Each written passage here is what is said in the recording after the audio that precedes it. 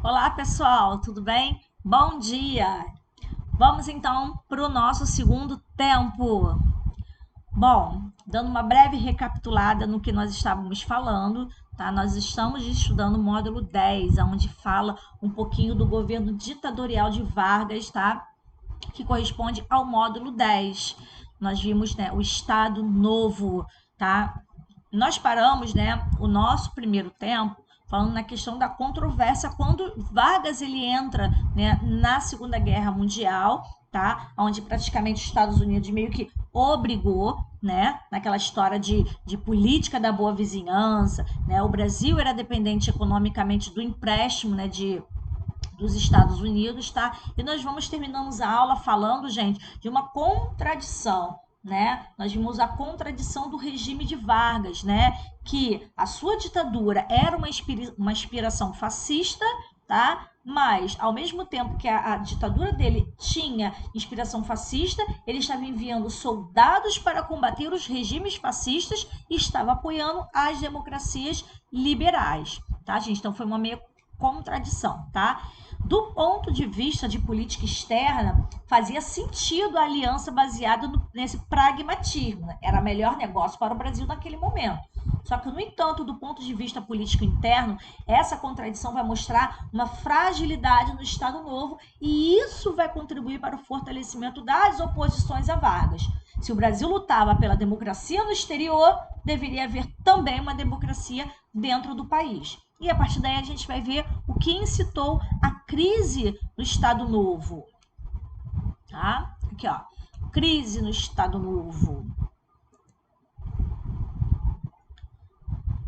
Bom, além, né, do desgaste natural, né, de um governante que já estava no poder há quase 15 anos, né, 15 anos ininterruptos, né? Houve também a questão da participação na Segunda Guerra Mundial, que vai acirrar os ânimos contra o Estado Novo, aquela questão do pragmatismo, né? Daquela oposição. Seu governo é apoiado nos regimes fascistas e você luta contra os fascistas, enfim. Então, nós vamos ver aí setores das Forças Armadas e da oposição liberal que vai ser formado por membros de diferentes segmentos da classe média, que vão começar a se articular, né, em prol da redemocratização do Brasil. Figuras políticas, né, que ao longo da era Vargas haviam apoiado, né, Getúlio, né, como os generais Góes Monteiro, Eurico Gaspar Dutra, eles vão acabar indo contra, né, Vargas, né, porque como eu falei, muitos vão ficar desacreditados nessa questão de Vargas, né, pois se o seu regime é inspirado nisso, você luta contra o que você acredita e você apoia aquilo que você não quer para o seu país, então quebrou um pouco da confiança de Vargas, né, nesse sentido. Nós vamos ver que desde 1942, Vargas, ele meio que ensaiava uma transição política, né, e o fim dessa ditadura. E a sua popularização cada vez maior indicava esse caminho. Né? Os acontecimentos, né, dos anos seguintes, porém, vão acelerar esse processo. Né? Nós vamos ver acontecendo aí passeatas, né, organizadas pela UNE, que era a União Nacional dos Estudantes, e nós vamos ver também o Manifesto dos Mineiros, né, que vai ser um documento mais forte às contestações dessa ditadura. Que esses movimentos, gente, vão causar cisões internas, rompimentos, quebras de acordos, né, internamente nesse Estado Novo. Pessoas que eram a favor agora vão ser contra, ou vice-versa, né? Bom, porém a gente vai ver que Getúlio ele não vai medir esforços para continuar se mantendo no poder, tá? E aí nós vamos até compreender esse processo, tá? Então é esse processo político, né, que estava sendo inserido. Vargas, o que ele vai fazer, né? Malandramente ele vai convocar eleições gerais para o início de 45, com data marcada para dezembro do mesmo ano, tá? Nessas eleições, né, seria também formada uma Assembleia Nacional Constituinte, né, para acabar de vez com essa ditadura. E aí ele iria instaurar, né, um novo período republicano no país. Essa era a ideia dele, tá? E aí as eleições vão seguir-se, né, adiante e vai haver uma abertura política que vai permitir a criação e atuação de partidos políticos, né? E ele vai também conceder, né, anistia àqueles presos políticos, né? E um desses que ele vai anistiar vai ser Luiz Carlos Prestes, gente. Gente, Luiz Carlos Prestes, ele era um jornalista que ele adorava escrever notas, né, contra o governo de Getúlio, tá? Então ele foi preso. Só que nesse período que Vargas está se fazendo de bonzinho, vai instaurar eleições, vai fazer uma Assembleia Nacional Constituinte, né?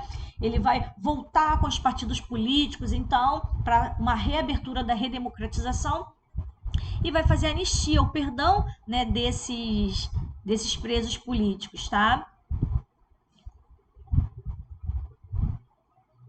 Aí eu coloquei para você a volta dos partidos políticos. Então nós vamos ver aí alguns partidos políticos que não existiam, que vão voltar a existir, que não existiam ou que já existiam, voltando à tona aí com tudo, tá? Bom, então dentre esses partidos, né, criados, né, vão se destacar 4 legendas sobre orientação de Vargas, que seriam fundadas em 2 delas. Bom, nós vamos ver aí o PTB, Partido dos Trabalhadores Brasileiros, né, com base entre os trabalhadores urbanos e uma burocracia sindical. PSD, né, era formado por setores de classe média e de elites agrárias e urbanas aliadas ao presidente. Então, Vargas era do PSD. Tá? Mas ele depois vai se candidatar pelo PTB, tá, gente? Representando, né, contra Vargas, né, vai ser a UDN, né, que vai reunir setores médios urbanos e parte das elites contrárias ao projeto de Vargas. E além deles, olha quem tá voltando, tchan, tchan, tchan, tchan, o PCB, Partido Comunista Brasileiro, tá? Esse partido já existia desde 1922, só que ele sempre acabava atuando na clandestinidade, porque sempre ele era tirado do ar, extinguido, né? Enfim. E aí ele foi regularizado e ele vai estar aí também, né, para colocar pessoas, né, como seus aliados e para talvez votar nas próximas eleições, né? Enfim, os comunistas puderam se organizar oficialmente a partir de 1945, gente. Esse processo eleitoral ele acabou se desenrolando. Tá? A UDN vai lançar a candidatura do brigadeiro Eduardo Gomes, gente, né, um militar. Né? O PSD, né, também militar, vai lançar Eurico Gaspar Dutra. O PTB, né, que aparentemente, né, era neutro, né, e Vargas vai se declarar não desejar continuar na presidência. Oi? Vargas não quer disputar a eleição? Eu ouvi direito?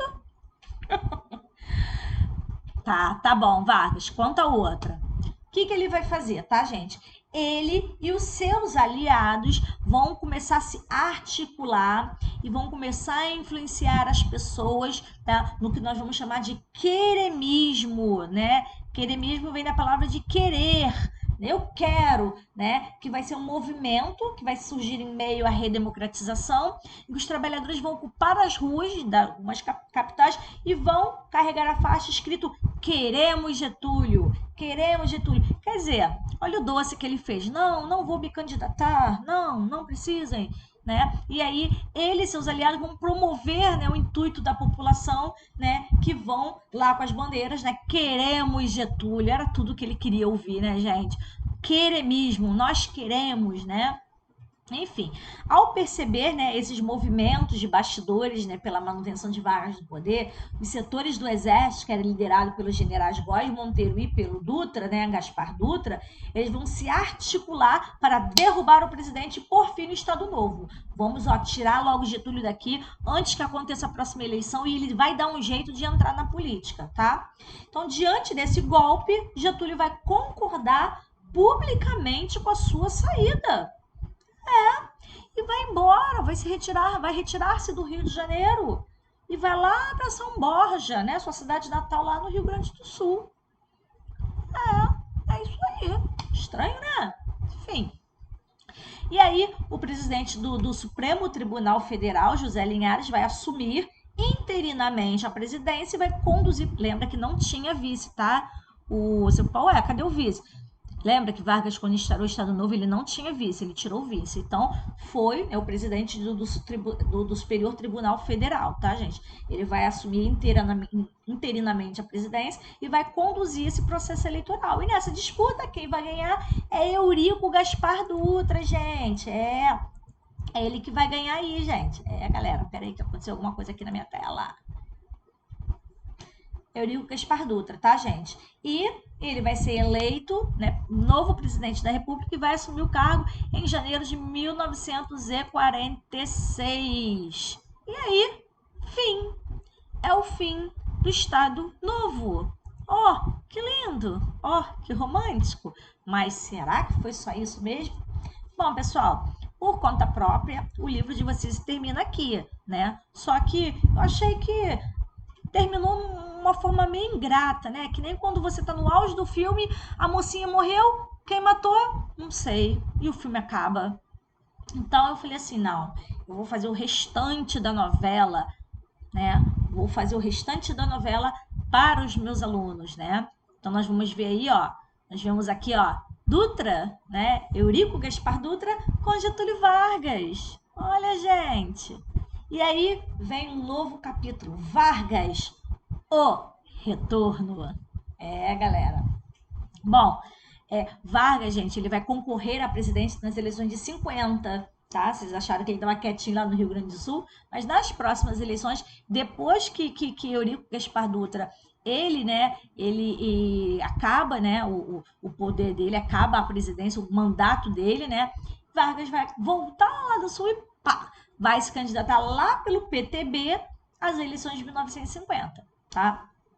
Primeiramente, Vargas ele vai procurar, né, apoio de pessoas importantes que lhe vão lhe garantir uma grande quantidade de votos, como demonstrou a sua aliança com Adhemar Barros, que era um grande político bem populista e forte no estado de São Paulo. Então, ele não é bobo nem nada, tá?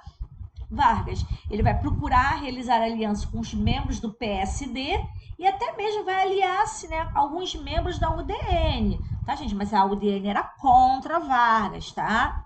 Que era um partido abertamente anti-varguista e vai se candidatar pelo Partido Trabalhista Brasileiro.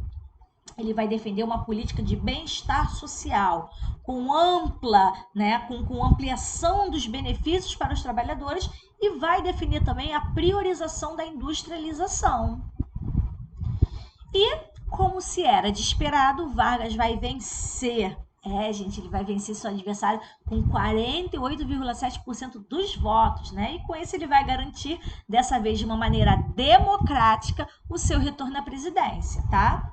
Só que o segundo governo de Vargas, no caso, ele vai ser marcado por uma forte crise política e muita tensão social. Fora que muitas pessoas vão dizer que houve fraude, enfim, tá? E um dos grandes nomes, né, da oposição da UDN, quem é? É o jornalista Carlos Lacerda, que ganhou lá, né, o seu perdão dos seus pecados, né, enfim, né, que retornou, e nós vamos ver ele ali, né, vai defender a ideia de recorrer a uma revolução para impedir Vargas de governar, tá?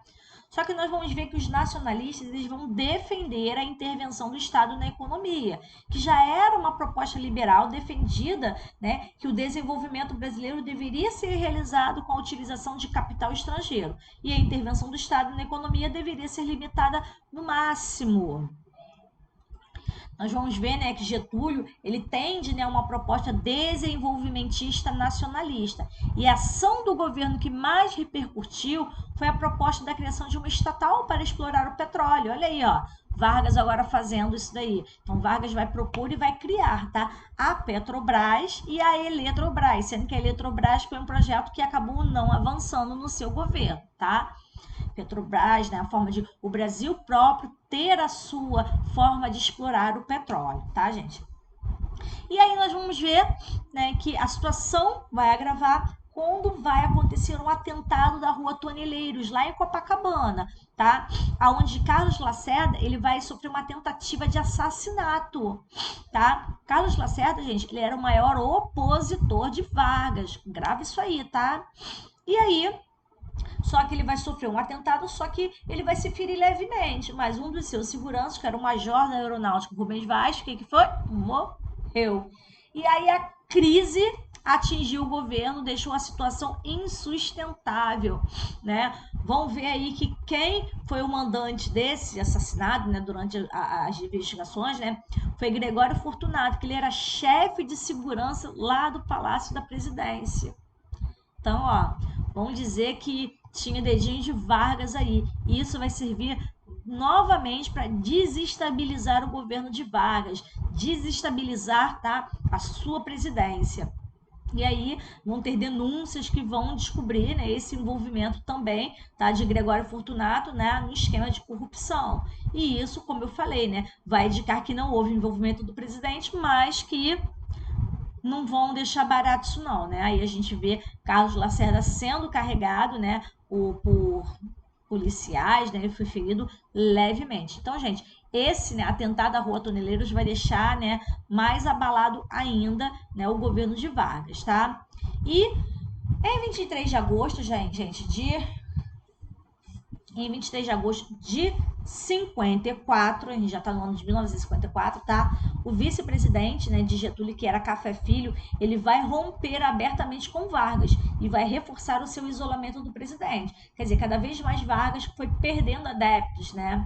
E aí os militares e a UDN, né, que era aquele partido contra Vargas, vão exigir a renúncia imediata de Vargas, né? E os militares fizeram um documento, né, conhecido como Manifesto à Nação, tá? No dia 24 de agosto. Só que aí Vargas, ele falava que ele não ia deixar a presidência. Ele falou, só saio daqui morto.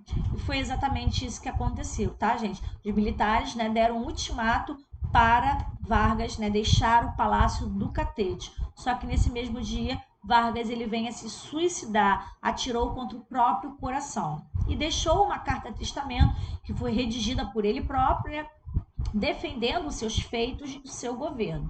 E a reação da população, né, foi de grande comoção e milhares de pessoas acompanharam o funeral de Vargas, gente. Infelizmente, ele teve esse fim. E aí eu trago para vocês, né, notícias, né, de quando houve a morte de Vargas, né? Ó, né, suicidou-se o senhor Getúlio Vargas, né? Esse jornal o Globo, Correio do Povo, comove o Brasil a morte trágica de Getúlio Vargas, né? Jornal Extra, matou-se Vargas, o presidente cumpriu a palavra, só morto sairei do catete, Getúlio Vargas suicidou-se. Enfim, gente, tá? Opa, daqui a pouco a gente volta aqui. Bom, eu trouxe para vocês um pequeno videozinho que fala de um noticiário que fala dessa morte de Getúlio Vargas. Deixa eu colocar aqui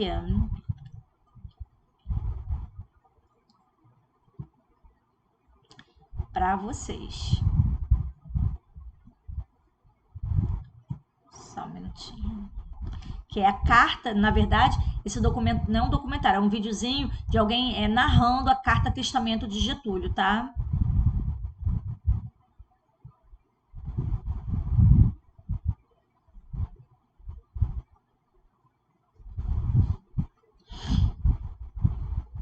Mais uma vez, as forças e os interesses contra o povo coordenaram-se e novamente se desencadeiam sobre mim. Não me acusam, insultam, não me combatem, caluniam e não me dão direito de defesa. Precisam sufocar a minha voz e impedir a minha ação para que eu não continue a defender, como sempre defendi, o povo e principalmente os humildes. Sigo o destino que me é imposto. Depois de decênios de domínio e expoliação dos grupos econômicos e financeiros internacionais, fiz-me chefe de uma revolução e venci. Iniciei o trabalho de libertação e instaurei o regime de liberdade social. Tive de renunciar. Voltei ao governo nos braços do povo. A campanha subterrânea dos grupos internacionais aliou-se à dos grupos nacionais revoltados contra o regime de garantia do trabalho. A lei de lucros extraordinários foi detida no Congresso. Contra a justiça da revisão do salário mínimo se desencadearam os ódios.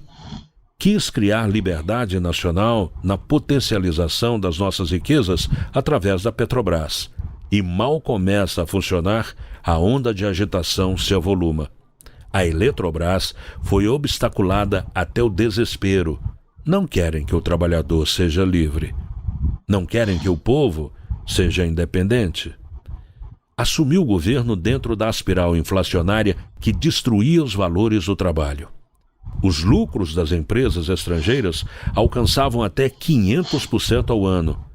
Nas declarações de valores do que importávamos, existiam fraudes constatadas de mais de 100 milhões de dólares por ano. Veio a crise do café. Valorizou-se o nosso principal produto. Tentamos defender seu preço e a resposta foi uma violenta pressão sobre a nossa economia, a ponto de sermos obrigados a ceder.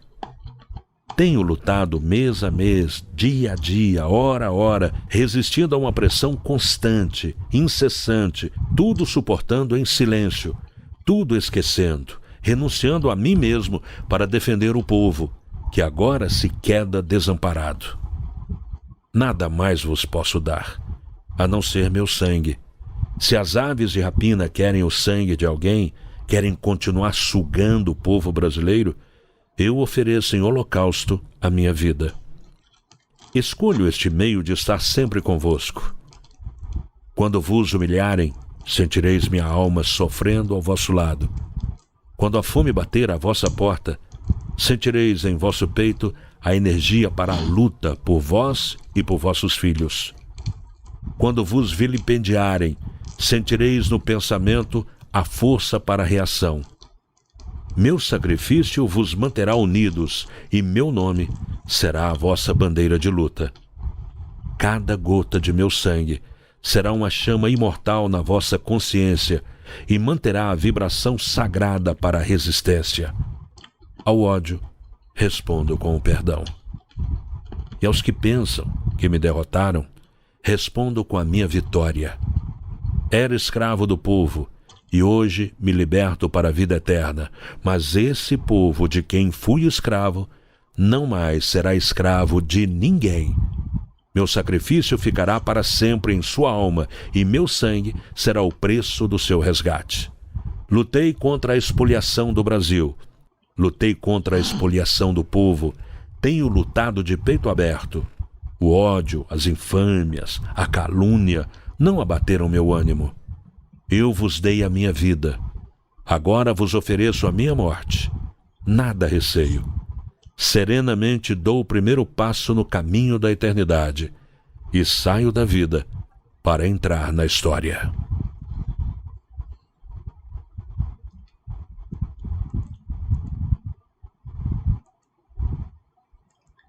Bom, pessoal.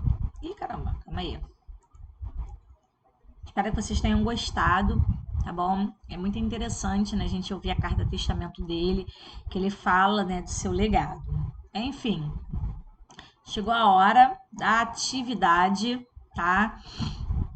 Vai fazer uma pausa aí de uns 25 minutinhos, tá? Não vale dormir, eu sei que você tá sonolento, né? Essa quarentena tá deixando você, ó, sonolento, mas, ó, tô aqui te esperando, tá?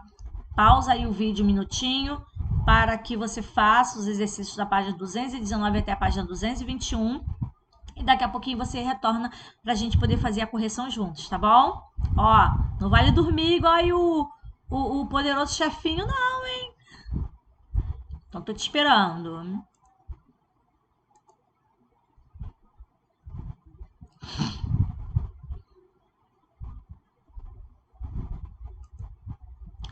Bom, galera, voltamos aqui, tá? Pra gente poder fazer a nossa correção. Vamos lá, galerinha, sem dormir, acorda. Vamos lá. Questão 1. Caracterize o nacionalismo econômico. Gente, o nacionalismo econômico era o modelo econômico de Vargas, varguista, baseado na ideia da intervenção estatal na economia, onde o Estado deveria ser regulador e agente da economia nacional. Ok? Praticando aprendizado, página 219. 2. De que forma se deu a repressão aos opositores no Estado, gente? Aqui, ó. Muitos foram presos, torturados, mortos, enfim, né? Muitos foram, né, colocados no presídio lá da Ilha Grande, né, lá em em Angra, tá? Então você pode dizer aí que foram presos, torturados, mortos, colocados no presídio. Questão 3. O que significa a sigla CLT? Por que ela foi criada? Gente, CLT, Consolidação das Leis de Trabalho, Consolidação das Leis do Trabalho ou Consolidação das Leis Trabalhistas, ok? Ela foi criada para ordenar os decretos que estabeleciam os direitos trabalhistas desde o início da Era Vargas, tá? Ela foi criada para isso, para estabelecer os direitos trabalhistas.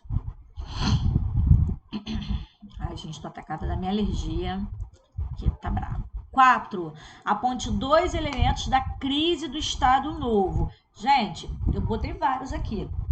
A gente pode falar da insatisfação das elites, insatisfação dos setores médios com a ditadura de Vargas, contradição entre a política interna e a política externa, participação do Brasil na Segunda Guerra Mundial, tá? Então, isso aí foram alguns dos fatores que acabaram contribuindo para, né, a crise, né, do Estado Novo varguista.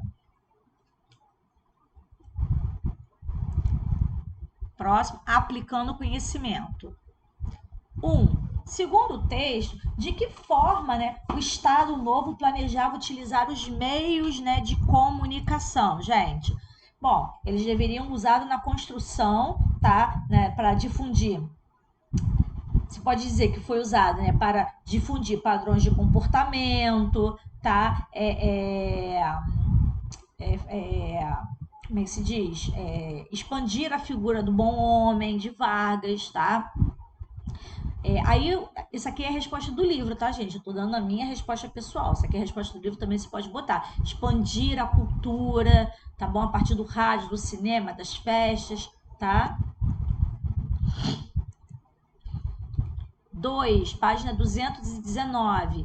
Explica de que forma o controle das informações sobre os livros publicados, canções produzidas, filmes e propagandas contribuiu para o fortalecimento de um governo ditatorial. Bom, esse controle, gente, ele teve com a tendência de enaltecer o governo, que por muitas vezes, né, deturpam informações e calam a oposição. É uma importante ferramenta ideológica dos regimes ditatoriais. Esse controle dificulta o processo democrático, né, a divergência de ideais e o debate político. Dessa forma, as pessoas ficam condicionadas a determinados tipos de leitura, de programas de rádio e de música, o que enfraquece o espírito crítico.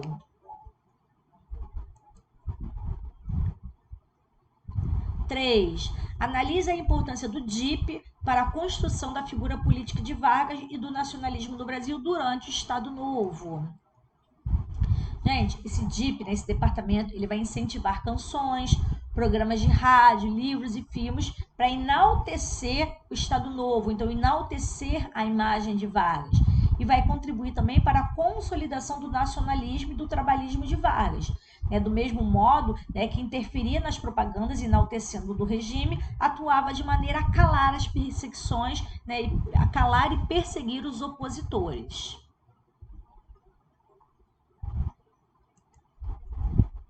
4. Apresente um exemplo que podemos observar, né, uma aproximação entre o Brasil e Estados Unidos durante o Estado Novo. Ele pediu um só, eu coloquei mais. A gente pode ver que a criação da CSN da Vale do Rio Doce com empréstimos de capital, né, dos Estados Unidos, a política da boa vizinhança, né, que houve essa aproximação cultural, tá? Investimento, né, de capital para a modernização também do Exército.